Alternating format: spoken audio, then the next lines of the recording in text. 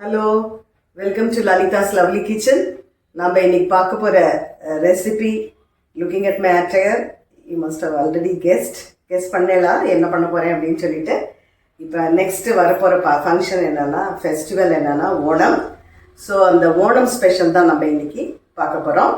அந்த ஓணத்துக்கு உண்டான பாலடை, பால் பாயசம், அவியல் இதெல்லாம் ரொம்ப முக்கியம். அதெல்லாம் நான் ஆல்ரெடி பண்ணி போட்டிருக்கேன். ஸோ உங்களுக்கு டிஸ்கிரிப்ஷன் பாக்ஸில் அதை ஆட் பண்ணுறேன். நீங்கள் உங்களுக்கு வேணும்னா அதை ரெஃபர் பண்ணிக்கோங்க. அதில் இன்னொன்று வெரி வெரி இம்பார்ட்டண்ட், இந்த ஓணம் ஃபெஸ்டிவலுக்கும் சரி, any Sathya for that matter, for கேரளாவில் வந்து பார்த்தோம்னா கல்யாணமோ இல்லை சித்திர விஷு, எனி ஃபெஸ்டிவல் சத்யா அப்படின்னா இந்த டிஷ் இல்லாமல் இருக்கவே இருக்காது. வேற ஒன்றும் இல்லை, புளி இஞ்சி. ஓகே, அதுதான் நம்ம இன்னைக்கு பார்க்க போகிறோம். It's a very simple one, very tasty.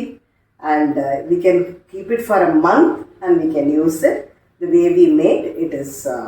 Is going to be long lasting for a very long time. அதுதான் நான் உங்களுக்கு வந்து ஷார்ட்கட்டாக ரொம்ப ஈஸியாக எப்படி பண்ண போகிறோம் அப்படிங்கிறத பார்க்கலாம். ஸோ ஃபஸ்ட்டு இதுக்கு வேணுங்கிற சாமான் சொல்லிடுறேன். புளி இஞ்சி, மெயினாக புளி வேணும். அதுக்கப்புறம் இஞ்சின்னு சொல்கிறதுனால நான் வந்து இந்த அளவுக்கு இஞ்சியை எடுத்து நீட்டாக அலம்பிட்டு தொலி எடுத்து வச்சுருக்கேன். அது கூட ஒரு 4 பச்சை மிளகாயை நான் இப்போ வந்து அதையும் கட் பண்ணி எடுத்துக்க போகிறேன்.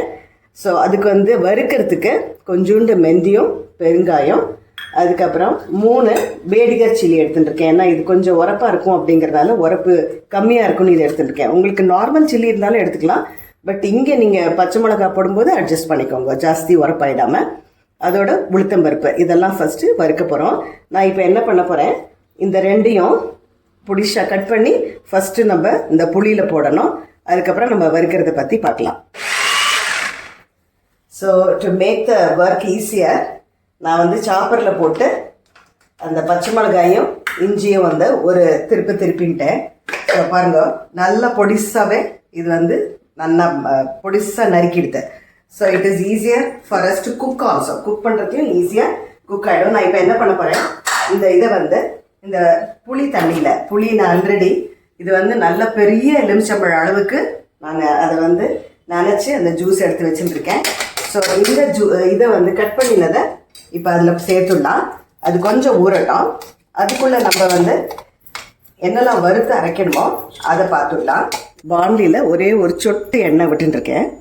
இப்போ வந்து அது கூட கொஞ்சம் நம்ம எடுத்து வச்சுக்கிறது வந்து 1 டேபிள் ஸ்பூன் எடுத்துட்டுருக்கேன். ஏன்னா இது பைண்ட் ஆகணும். This is only one which is going to get binded in that. அதனால இதை வந்து நான் 1 டேபிள் ஸ்பூனு உளுத்தம்பருப்பு போட்டுருக்கேன்.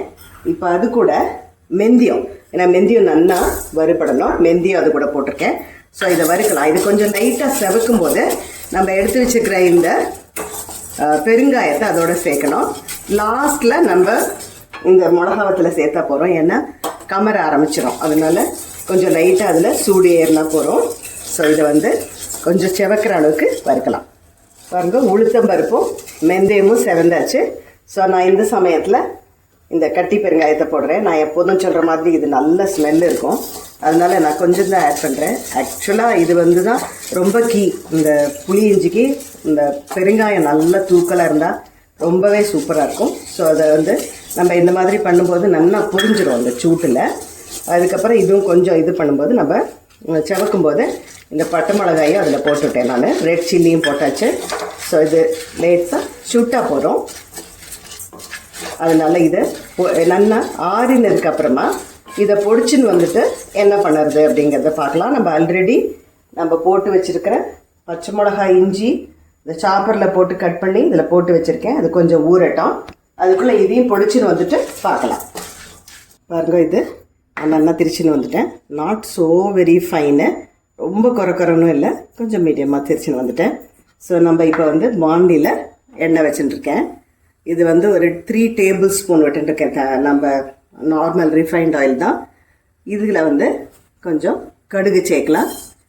கடுகு வெடித்ததுக்கப்புறமா அதுக்கு சேர்க்க வேண்டிய கருவேப்பிலையை சேர்த்துடலாம். கடுகு வெடிக்கட்டும்.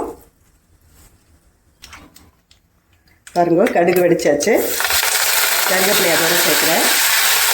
கருவேப்பிலையை சேர்த்துட்டு நம்ம புளியில் நனைச்சி வச்சுருந்தோம் இல்லையா, அதையும் அதோட சேர்க்கலாம். ஸோ அதோட கொஞ்சம் மஞ்சப்பொடி போட்டேன் கலருக்கு, ப்ளஸ் ஆல்சோ நான் டர்மரிக் பவுடர் உங்களுக்கு தெரியும் ரொம்பவே நல்லது நம்ம வயிற்றுக்கு. ஸோ அதுவும் அதில் கொஞ்சம் ஆட் பண்ணியிருக்கேன். இது இப்படி கொஞ்சம் திளைக்கும் போதே நம்ம எடுத்து வச்சுருக்கிற உப்பு அதோட சேர்க்கலாம். ஏன்னா லாஸ்ட்டில் சேர்த்தா திருப்பி நீத்துன்றோம், அதனால் இப்படி வச்சு குக் பண்ணணும். ஸோ இது குக் ஆகட்டும். அப்படியே நான் இவ்வளோ வெல்லம் வச்சுட்டுருக்கேன். உங்களுக்கு இதை விட ஜாஸ்தி வேணாலும் போட்டுக்கலாம், இதை விட கம்மி வேணாலும் போட்டுக்கலாம். According to me this will be correct. அதனால தான் நான் இந்த அளவுக்கு சேர்க்குறேன். இல்லாட்டாலும் இந்த மாதிரி இதுக்கெல்லாம் கொஞ்சம் உப்பு, உரப்பு, புளிப்பு, திதிப்பு எல்லாமே கொஞ்சம் தூக்கலாக இருந்தால் தான் இந்த பதார்த்தம் நல்லாயிருக்கும். ப்ளஸ்ஸு கெடவும் கெடாது, ரொம்ப நாளைக்கு அப்படியே இருக்கும். ஸோ இது கொஞ்சம் மீடியமாக வச்சுட்டு தான் நம்ம இதை கொஞ்சம் குக் பண்ணணும். ஏன்னா ரொம்ப சிம்மில் வச்சா ரொம்ப நேரம் ஆகும், பெருசாக வச்சா எல்லா பக்கமும் தெளிக்க ஆரம்பிச்சிடும். உங்களுக்கு ரொம்ப நேரம் நின்று பண்ண முடியாது அப்படின்னா நல்லா சிம்மில் வச்சுட்டு ஒரு தட்டு போட்டு இந்த மாதிரி மூடி வச்சுட்டேன்னா பொங்கியும் வழியாது. At the same time it will also get cooked. கொஞ்சம் கூட குக் ஆனதுக்கப்புறம் எப்போ நம்ம இந்த பவுடரை சேர்க்க போகிறோம் அப்படிங்கிறத நான் உங்களுக்கு சொல்கிறேன். கொஞ்சம் அந்த இஞ்சியெல்லாம் நல்லா அந்த புளியோடு சேர்ந்து கொதித்து வேகணும். பாருங்கள், இது நல்லா வத்தின்ட்டுருக்கு. இந்த சமயத்தில் நம்ம திரிச்ச பொடியை இது கூட ஆட் பண்ணலாம். இன்னும் கொஞ்சம் கொதிக்கணும். ஸோ இதில் போட்டு நல்லா கலந்து விடலாம். இது ரொம்ப கெட்டியாகவும் இருக்க வேண்டாம், ரொம்ப தண்ணாகவும் இருக்கக்கூடாது. ஸோ ஒரு மாதிரி கொஞ்சம் செமி சாலிடாக இருந்தால் தான் இது ரொம்ப டேஸ்டியாக நல்லாவும் இருக்கும். ஸோ இது நல்லா கலந்து விட்டுட்டு நல்லா கொதிக்கிற வரைக்கும் வெயிட் பண்ணலாம். In case if you feel it is little திக்காக இருக்குதுன்னு தோணித்துன்னா கொஞ்சம் தண்ணி விடலாம். ஆனால் நல்லா கொதிக்கணும், அந்த தண்ணி விட்டு நல்லா கொதிச்சிடணும். இல்லைன்னாக்கா வச்சா அது கெட்டு போயிடும். அதனால நல்லா வத்துற வரைக்கும் வெயிட் பண்ணணும். ஸோ பார்க்கலாம் இது எப்படி வருதுன்னு சொல்லிட்டு. இதை போட்டு கொஞ்சம் பச்சை வாசம் போக நல்லா கொதிக்கணும். ப்ளஸ் அந்த பெருங்காயம், மெந்தியம் அதோட ஸ்மெல்லெல்லாம் இதில் இறங்கணும். அப்போ தான் இந்த டேஸ்ட்டே தனியாக இருக்கும்.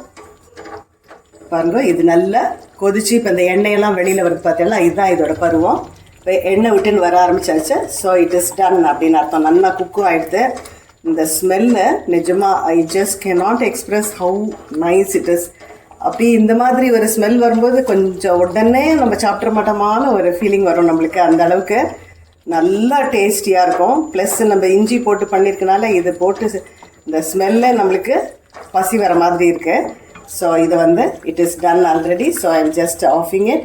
ஸோ இந்த மாதிரி புளி இஞ்சி பண்ண வந்தது ரொம்ப ரொம்ப இம்பார்ட்டன்ட் ஃபார் இந்த ஓணம் சத்திக்கு. இந்த மாதிரி சத்யாவுக்கு வெறும் அதுக்கு மட்டும் இல்லாமல் இது மாதிரி பண்ணி வச்சுனோன்னா தயிர் சாத்துக்கு இது எக்ஸலண்ட் காம்பினேஷன். இட்லிக்கு, தோசைக்கு, உப்புமா, கொழுக்கட்டைக்கு, உப்புமாக்கு எதுக்கு வேணால் நம்ம இதை யூஸ் பண்ணிக்கலாம். So this will be very very tasty.